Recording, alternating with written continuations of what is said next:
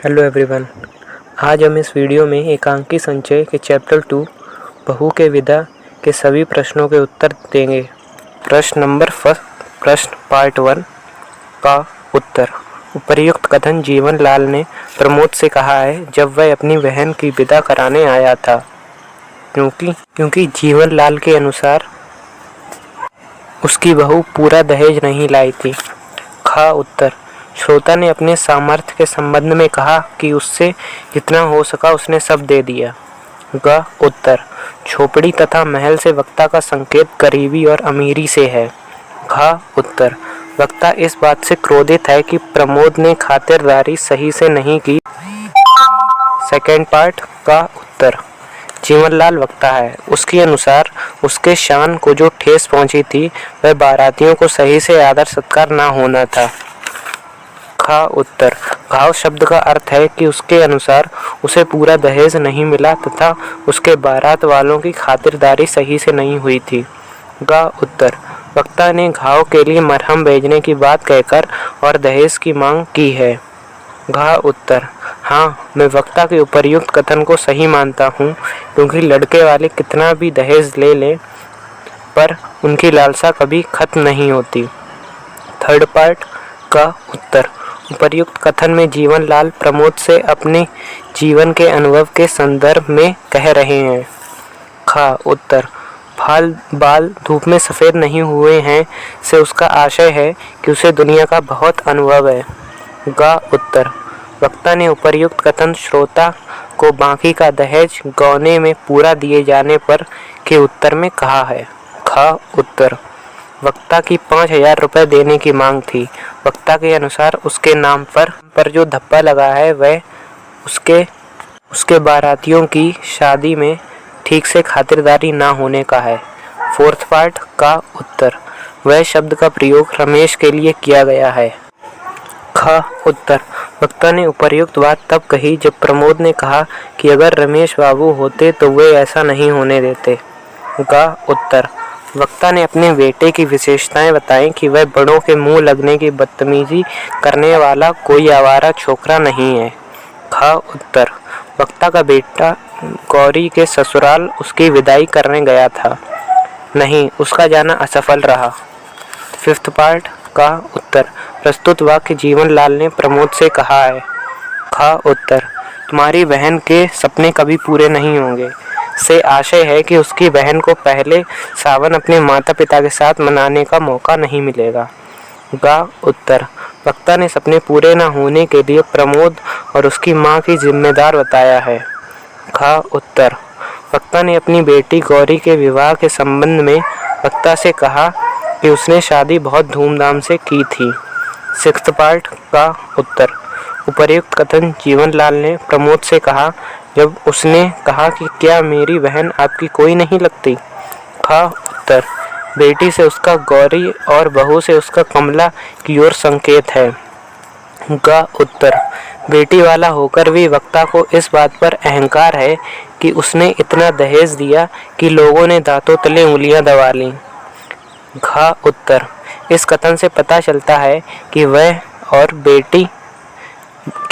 बहू और बेटी को एक समान नहीं समझता है। सेवेंथ पार्ट का उत्तर। जरूर शब्द का प्रयोग वक्ता ने किया जब प्रमोद ने पूछा कि क्या वह अपनी बहन से मिल सकता है। खा उत्तर। जीवनलाल एक धनी व्यापारी है, वह दहेज के लोभी हैं। गा उत्तर। मरहम शब्द का आशय 5,000 रुपये और देने की ओर है। खा उत्तर। दहेज प्रथा समाज की एक बहुत बड़ी बुराई है, ये बेटी वालों के लिए एक अभिशाप से कम नहीं है। एट्थ पार्ट का उत्तर। प्रमोद अपनी बहन कमला से उसकी विदाई के संदर्भ में बात कर रहा है। खा उत्तर। रोने वाली कमला है, उसके रोने का कारण उसके ससुर जीवनलाल हैं। गा उत्तर। वक्ता ने मोतियों का प्रयोग आंसुओं के अर्थ में किया है। खा उत्तर। प्रमोद का इस व्यंग से आशय है कि उसकी बहन की ससुराल में कोई भी उसके भावों की अहमियत नहीं रखता। नाइन्थ पार्ट का उत्तर। हर लड़की की कामना अपना पहला सावन माँ बाप के घर बनाने की कामना होती है। बनाने की कामना होती है। ख उत्तर, उस कामना की पूर्ति में बाधा आ रही थी क्योंकि जीवनलाल 5,000 रुपये की और मांग की थी जो रमेश देने में असमर्थ था। ग उत्तर, श्रोता उस कामना की पूर्ति के लिए अपना घर बेचकर उसकी कीमत चुकाने को तैयार था।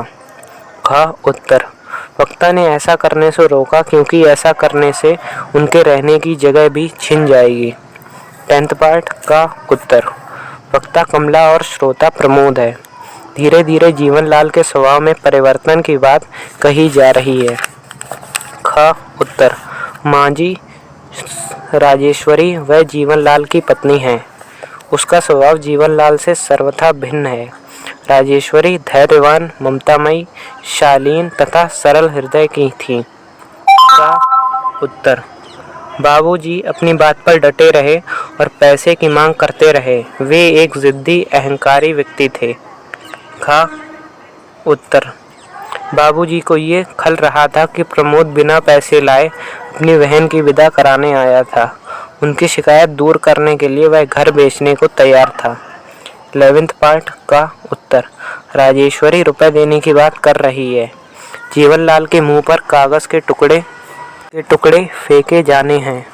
ख उत्तर, उससे अभिप्राय है कि कुछ लोग इसके पीछे भागते हैं क्योंकि इससे कुछ भी खरीदा जा सकता है। गा और खा रिपीटेड क्वेश्चन है। 12th पार्ट का उत्तर, वक्ता जीवनलाल है, श्रोता प्रमोद है। वह इस बात पर व्यंग कर रहा है कि आजकल पैसा ही मूंछ और नाक होती है और बिना पैसों के मनुष्य नकटा और मूंछ कटा होता है। खा प्रश्न रिपीटेड है।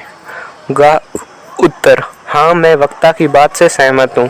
ऐसा इसलिए क्योंकि जिस व्यक्ति के पास धन है उसी से उसकी इज्जत होती है। बिना पैसे के इज्जतदार आदमी नकटा और मुझकटा कहलाता है।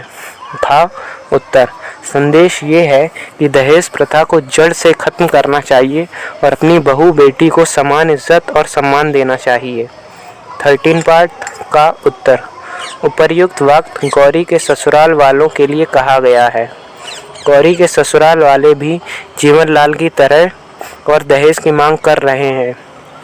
खा प्रश्न उत्तर, हर बाप अपने जीवन भर की कमाई अपनी बेटी की शादी में लगा देता है। ठीक उसी प्रकार जीवनलाल ने भी अपनी सारी कमाई उन्हें दे दी। गा उत्तर, दहेज प्रथा से बेटी के घर वालों को बहुत नुकसान होता है। वे अपनी बेटी को खुश देखना चाहते हैं, इसीलिए वे लड़के वालों को सभी इच्छाओं को पूरा करते हैं। घा उत्तर, लोभी शब्द का प्रयोग किसके लिए किया गया है उसका परिचय दीजिए। उत्तर खा, लोभी शब्द का प्रयोग जीवनलाल की बेटी के ससुराल वालों के लिए किया गया है। वह भी जीवनलाल की तरह लोभी व्यक्ति थे। 14th पार्ट का उत्तर, जीवनलाल की आंखें नहीं खुली क्योंकि उसने बहू को दुख दिए थे और उसे अपनी बेटी के समान नहीं माना था। खा उत्तर, उपर्युक्त अवतरण का संदर्भ है कि हमें बहू के साथ बुरा व्यवहार नहीं करना चाहिए और उसे अपनी बेटी के समान समझना चाहिए। गा उत्तर, वक्ता राजेश्वरी है। उसके चरित्र की विशेषताएं थी कि वह ममता की मूर्ति है। वह अपनी बहू को अपनी बेटी के समान मानती है। खा उत्तर, बहू और बेटी में अंतर किया जाता है क्योंकि बहू किसी और की संतान होती है। 5th पार्ट का उत्तर, वक्ता जीवनलाल और श्रोता राजेश्वरी है। कथन का संदर्भ है कि जीवनलाल को समझ नहीं आ रहा था कि वह क्या करे। खा उत्तर, वक्ता की उलझन है कि क्या वह बेटी और बहू को एक समान समझे। इसका ये परिणाम हुआ कि जीवनलाल सुधर गए। गा उत्तर, बेटी गौरी है और बहू कमला है। बहू को दूसरी संतान के रूप में और बेटी को उसी की संतान के रूप में अंतर किया गया है।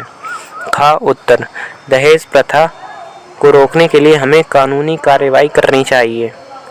6th पार्ट का उत्तर, कभी कभी चोट भी मरहम का काम कर जाती है। से आशय है कि मेरे इस गांव ने दूसरे बड़े गांव को ठीक कर दिया है। खा उत्तर, उपर्युक्त वाक्य जीवनलाल ने राजेश्वरी से कहा है। उन्होंने ऐसा इसलिए कहा जब उन्हें अपनी गलती का एहसास हुआ। गा उत्तर, चोट का तात्पर्य है जो ठेस जीवनलाल की शान शौकत पर पहुंची थी और वह इस चोट की मरहम को पैसे को मानते थे। घ उत्तर, जब उसे पता चला कि गौरी के ससुराल वालों ने उसे नहीं आने दिया क्योंकि उसके अनुसार जीवनलाल ने पूरा दहेज नहीं दिया था, तब जीवनलाल का हृदय परिवर्तित हुआ। इन सभी प्रश्न उत्तर के PDF और नोट्स पाने के लिए हमारे टेलीग्राम ग्रुप को ज्वाइन करें। इसकी लिंक डिस्क्रिप्शन में दी गई है और चैनल को सब्सक्राइब करें और सभी को शेयर करें। थैंक्स।